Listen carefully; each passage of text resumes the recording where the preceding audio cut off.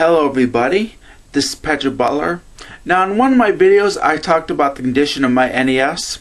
If you have not seen it, click the link below before watching this video, alright? Because there's a special surprise! My NES no longer needs to be refurbished.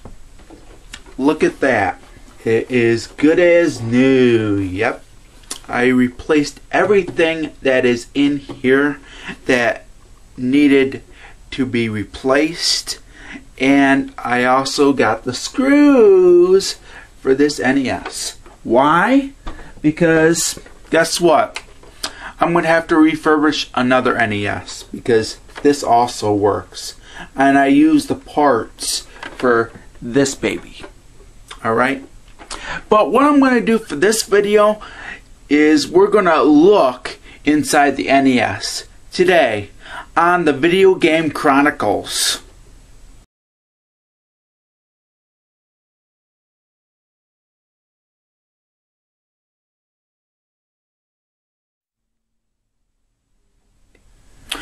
Welcome to the Video Game Chronicles.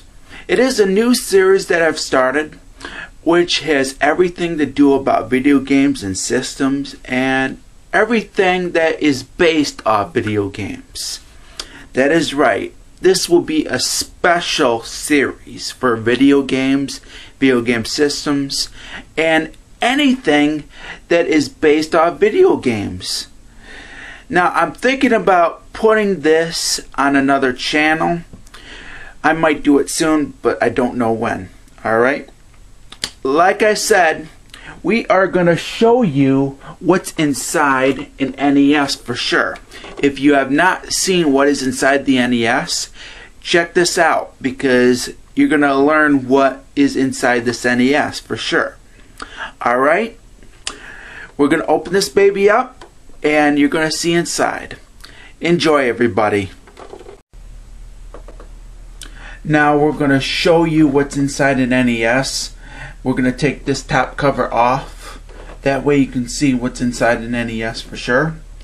If you've never seen what's inside an NES, you're in for a treat. Okay, let's get started and open this up. So there of course is your RF shield. I'm going to take this off. This is in bad shape. I'll eventually throw this out when I get another one. Set it over here. Sorry about the noise. This is the cartridge tray right here. Sorry about the metal board that used to go here. I took it off because I needed it. So that's the reason why there's no metal board. It's in my other NES. Now we're gonna take this off. We're gonna take this off. We're gonna disconnect all of the trimmings here. Like so. Hopefully I don't break it. Okay. This of course is the cartridge tray. Like I said, we're going to take this off. That of course is your 72 pin connector. Just in case you wanted to know. This is what you use to put in your NES cartridges in. The only problem with this is that the pins get bent, and once the pins get really bent, it stops really working very well, and eventually you'll have to replace the 72 pin connector. It can be a real pain. Now this is the actual motherboard of the NES. This of course is the other part of the RF shielding, and here's the rest of the motherboard. So now this is the back of the motherboard, and if you can see closely right there, it says 1989 Nintendo. That was actually the year that this motherboard was manufactured.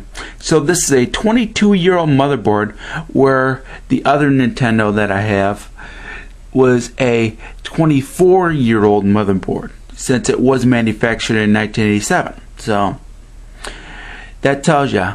So you'll now know when you open up your NES when it was manufactured, when you see the year it was manufactured right there. Okay? Now these of course are your chips. And these are pretty nice chips. You got Sharp Japan right over here, and I think there's two right there. That's your expansion that was going to be used, but unfortunately that never happened. Of course, you got a couple other chips right there.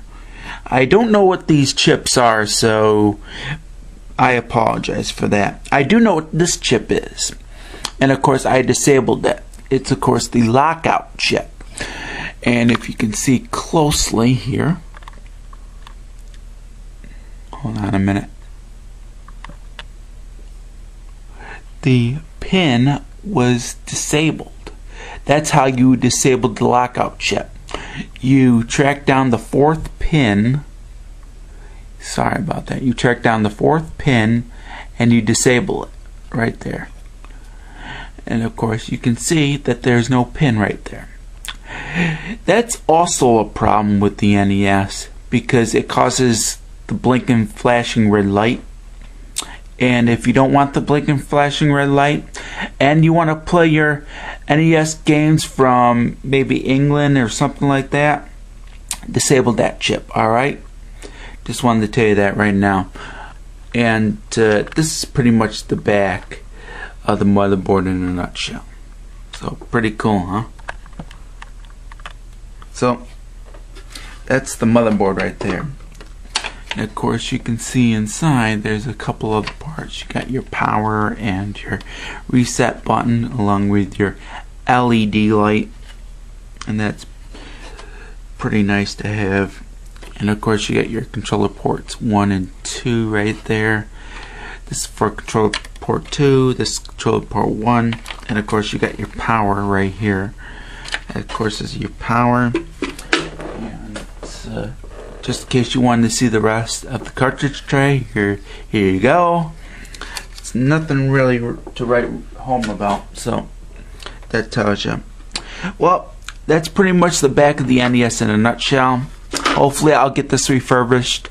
I can't sell it because it didn't come with the AC adapter, unfortunately. So I'm gonna basically keep it as a spare. Alright, I'm eventually going to put everything back the way it was, and the NES will be good as new again. So what I did before this video is that I undid the screws that were originally on this motherboard and on this cartridge tray, so that way I can just get it over with and show you everything that's inside the NES. So, by the way, this is all the stuff that came with the NES. Sorry I forgot to show it. That's the reason why I'm doing the Video Game Chronicles, because there's a lot to show. Now I won't be doing the controllers because you probably know how to use them, and I've shown you them before in one of my other videos, so I won't be talking about them. Now, before I actually got the NES, this 72 pin connector was in it, and when I tried the NES out, it didn't work because the 72 pin connector, the pins were bent in it. So I basically replaced this, and now the NES is working. So that at least tells you. So that is it. Hopefully there'll be more Video Game Chronicle videos on the way. So peace out to you all. Blog you later.